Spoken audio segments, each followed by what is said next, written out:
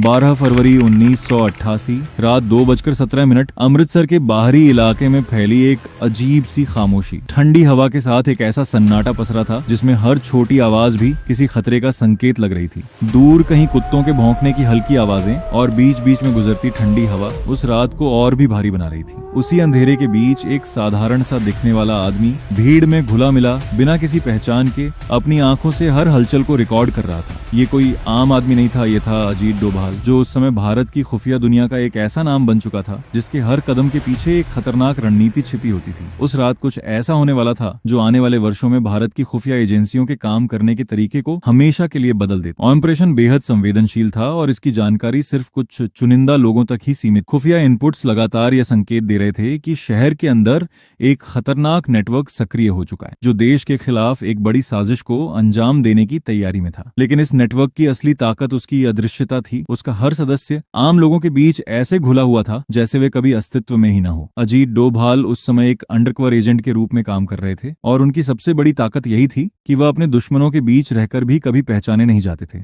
उन्होंने महीनों तक अपनी असली पहचान को छुपाकर उसी नेटवर्क के भीतर घुसपैठ की थी। हर दिन एक नई पहचान, हर रात एक नया खतरा। ये खेल सिर्फ जानकारी इकट्ठा करने का नहीं था बल्कि हर पल जिंदा बचने का भी था। एक छोटी सी गलती और सब कुछ खत्म हो सकता था। जैसे जैसे रात गहराती जा रही थी वैसे वैसे उस ऑपरेशन का दबाव भी बढ़ता जा रहा था। खुफिया एजेंसियों के बीच लगातार संदेशों का आदान प्रदान हो रहा था। हर कोई उस एक सही मौके का इंतजार कर रहा था जब पूरे नेटवर्क को एक ही बार में खत्म किया जा सके। लेकिन यह इतना आसान नहीं था क्योंकि दुश्मन भी उतना ही चालाक और सतर्क था। हर कदम पर नजर रखी जा रही थी, हर हरकत को परखा जा रहा था। उसी दौरान एक ऐसी जानकारी सामने आई जिसने पूरे ऑपरेशन की दिशा बदल दी। ये पता चला कि नेटवर्क का असली संचालक उसी शहर में मौजूद है और वह किसी बड़े हमले की अंतिम तैयारी कर रहा है। यह जानकारी जितनी महत्वपूर्ण थी उतनी ही खतरनाक भी, क्योंकि अब समय बहुत कम था। अगर इस मौके को गंवा दिया जाता तो शायद देश को एक बहुत बड़ी कीमत चुकानी पड़ती। अजीत डोभाल ने उस रात एक ऐसा फैसला लिया जो सामान्य परिस्थितियों में कोई भी अधिकारी लेने से पहले 100 बार सोचता। उन्होंने बिना किसी अतिरिक्त बैकअप का इंतजार किए खुद ही उस नेटवर्क के सबसे अंदरूनी हिस्से में जाने का जोखिम उठाया। ये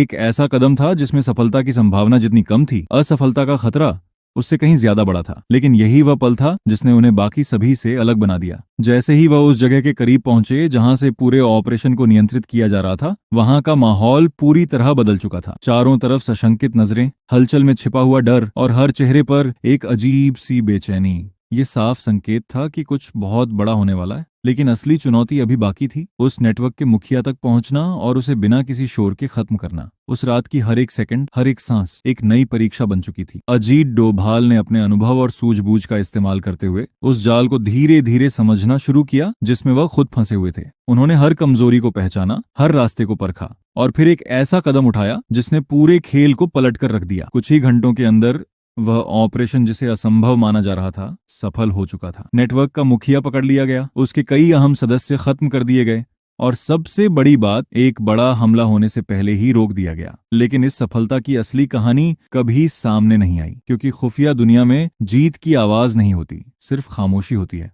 उस रात के बाद भारत की खुफिया एजेंसियों ने अपने काम करने के तरीके में एक बड़ा बदलाव किया। अब सिर्फ जानकारी इकट्ठा करना ही मकसद नहीं था, बल्कि दुश्मन के दिमाग में घुसकर उसकी सोच को समझकर उसे उसी के खेल में हराना ही असली रणनीति बन चुकी थी। अजीत डोभाल का यह तरीका, जो उस समय जोखिम भरा माना जाता था, आगे चलकर भारत की सुरक्षा नीति का एक अहम हिस्सा बन गया। लेकिन इस कहानी का सबसे खतरनाक सच ये है कि ऐसी कई रातें और भी थीं जिनके बारे में आज तक कोई नहीं जानता। कई ऐसे मिशन जो आधिकारिक फाइलों में कभी दर्ज ही नहीं हुए और कई ऐसे फैसले जिन्होंने देश को बचाया लेकिन जिनका कोई नाम या पहचान कभी सामने नहीं आई। अंधेरे में लड़ी गई ये जंग जहां दुश्मन दिखता नहीं और हर जीत एक राज बनकर रह जाती है, वही है भारत की खुफिया दुनिया का असली चेहरा। और उस चेहरे के पीछे खड़ा एक नाम जो हमेशा छाया में रहा, अजीत डोभाल। उस ऑपरेशन की सफलता के बाद जो बदलाव शुरू हुआ वह सिर्फ एक मिशन तक सीमित नहीं रहा, बल्कि धीरे धीरे पूरी खुफिया व्यवस्था की सोच को बदलने लगा। अब एजेंसियां केवल दूर बैठकर सूचनाएं इकट्ठा करने तक सीमित नहीं थीं, बल्कि दुश्मन के बीच घुसकर उसकी भाषा, उसकी आदतें और उसकी कमजोरियों को समझना ही सबसे बड़ा हथियार बन चुका था। ये एक ऐसा बदलाव था जिसमें खतरा हर पल साथ चलता था, लेकिन उसी खतरे में छिपी थी असली जीत। अजीत डोभाल के काम करने का तरीका पारंपरिक नियमों से बिल्कुल अलग था। वह सिर्फ एक अधिकारी नहीं थे, बल्कि एक ऐसी रणनीति थे जो दुश्मन के दिमाग के अंदर जाकर उसे वहीं हराने में विश्वास रखती थी।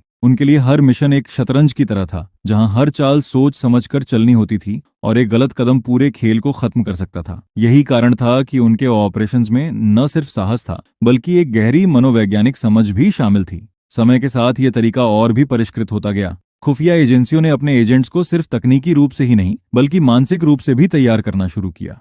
इसी के साथ हमारा वीडियो यही खत्म होता है। अगर वीडियो अच्छा लगा हो तो वीडियो को लाइक करके चैनल को सब्सक्राइब कर लो। मिलते हैं नेक्स्ट वीडियो में